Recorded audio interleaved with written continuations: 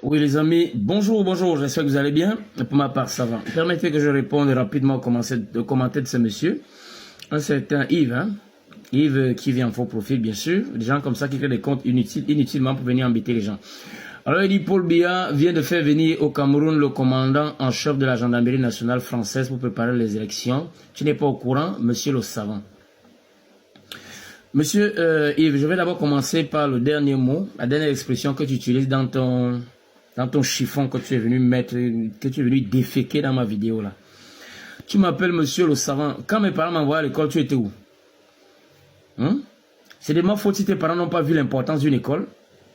Ou alors peut-être on t'a inscrit à l'école, tu as préféré faire l'école buissonnière, tu es parti cueillir les mangues avec tes cahiers.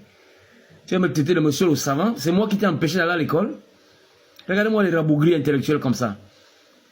M'appelle quand même monsieur le savant comme pour prendre les choses de manière péjorative. Je ne suis pas obligé, hein. Je ne suis pas obligé de faire ce que vous voulez. Je ne suis pas mendiant d'estime. Vous comprenez? Voilà, je ne suis pas mendiant d'estime. J'ai créé mon compte TikTok pour la libération de l'Afrique, principalement du Cameroun. Ce n'est pas pour vous. Ça ne vous plaît pas, désabonnez-vous et foutez le camp. On est clair là-dessus. Vous ne me payez pas. Ce n'est pas vous qui me faites la connexion Wi-Fi. Ce n'est pas vous qui m'avez acheté un téléphone. Ce n'est pas vous qui me payez le temps que je passe ici. Vous comprenez ça? Je ne suis pas obligé de vous plaire. Ce que je fais ne vous arrange pas, vous dégagez. Et que ce soit clair. Alors, si quelque chose est incompris de vous, venez poliment. Vous avez compris ça? Des gens qui ont des petits cerveaux tout petits, comme des petits pois comme ça, dans de gros crânes. Vous nous fatiguez. Je veux plus vous voir dans mes vidéos. À la limite, constituez d'autres vidéos pour me contredire, je viendrai suivre.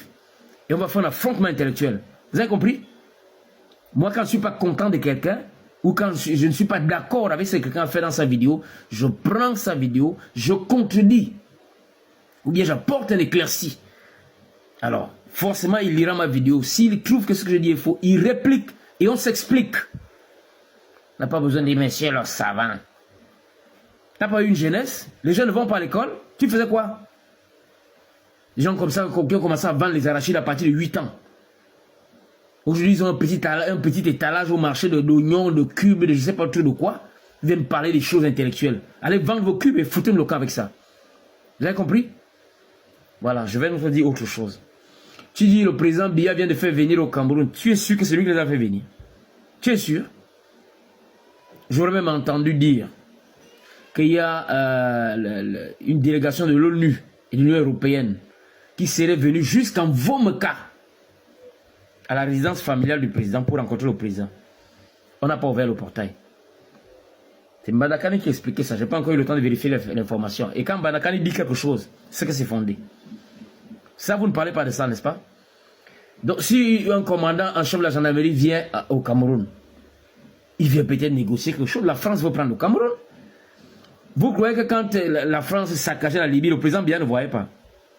Quand Gbagbo lui-même, pas la Libye, qu'est-ce que j'ai quand même? Quand la France saccageait la Côte d'Ivoire, la France ne voyait pas.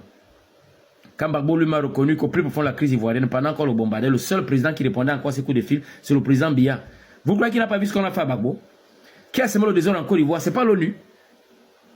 Ce n'est pas l'ONU qui a semé qui a organisé les élections là-bas jusqu'à semer le désordre que vous avez vu là. Vous croyez que le président Biya ne voit pas ça? Quand on a saccagé la Libye, ce n'est pas toujours l'ONU qui a donné l'autorisation à l'OTAN.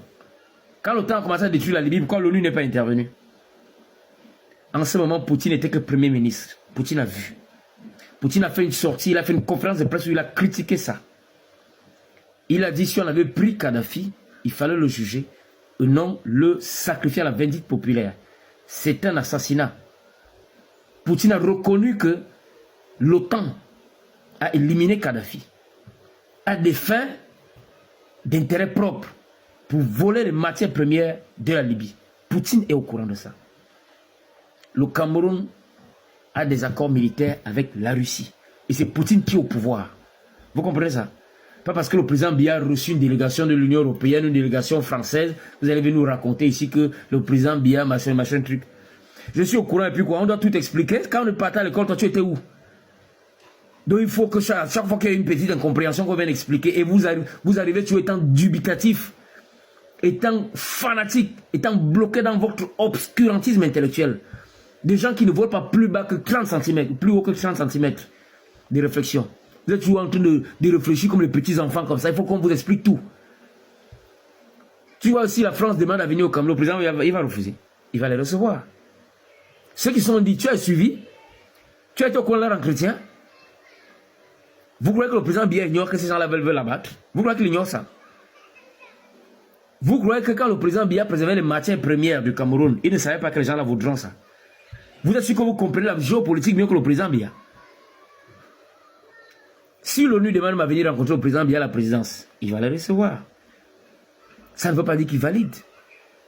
Il a vu ce que l'ONU a autorisé en Côte d'Ivoire. Il a vu, il sait. En 2011, quand on attaque Babo, on attaque Kadhafi, après ça devait être Biya, parce que Biya est le seul président qui a soutenu à la fois Gbagbo et Kadhafi. On devait attaquer Biya quand Sarkozy était au pouvoir en France.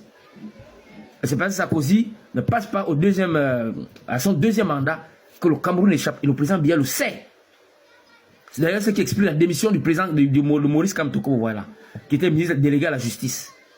Parce que même chez Kadhafi, c'était pareil. C'est son ministre de la justice qui avait toujours démissionné avant qu'on attaque Kadhafi. Quand on a attaqué Kadhafi, c'est son ministre qui a pris la relève. C'est le même schéma au Cameroun. Le président Biya sait tout ça. Vous comprenez? Ce monsieur sait que la France va le damer. Il sait. Il n'est pas bête. S'il a préservé les matières premières du Cameroun, il a fermé progressivement les sociétés françaises au Cameroun. Il s'est orienté vers la Chine, qui est un ennemi géopolitique des Français et des Américains. Il est allé signer des accords militaires avec la Russie depuis 2015. Il vient encore de renouveler. Il sait que ses premiers ennemis, c'est la France, c'est l'Angleterre, c'est les Américains. Il le sait. C'est pas maintenant là qu'il va venir se livrer à la France. Vous comprenez ça? Détrompez-vous. Quand le journal qu'on appelle Monde diplomatique révélait que la France est en train de faire la pression au pouvoir de Yaoundé pour qu'on introduise la candidature de Kamto parmi les candidats à l'élection présidentielle. Pourquoi que le président Biya ne voit pas?